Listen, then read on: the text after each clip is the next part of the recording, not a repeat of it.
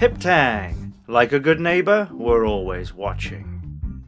While serious lack of hip tang is rare, lack of hip tang is the leading cause of hospitalisation in babies under 1 year old. Talk to your baby's doctor about hip tang. Hip tang takes doctor-baby confidentiality as seriously as the law requires. Hip tang.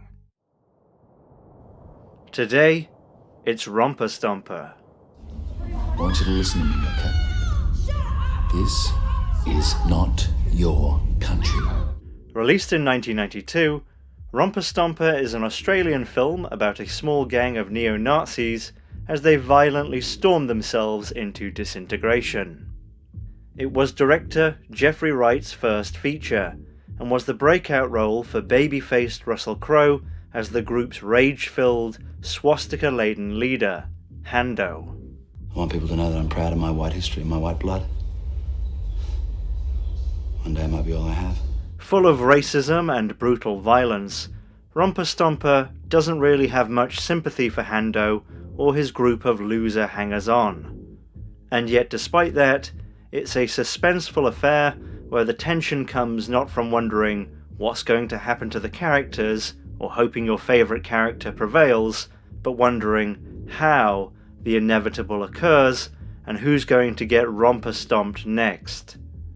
What the fuck are you afraid of? It's the best I've seen from Crowe, who plays the skinhead's volatile, itchy little dictator extremely convincingly. So much so that I think the film would not have been as successful without him. That's not to say Romper Stomper doesn't succeed in other ways, however. It's very pacey, has an absolutely killer score, it's not without nuance or tenderness, and it has some of the best use of shaky, handheld shots that I can remember.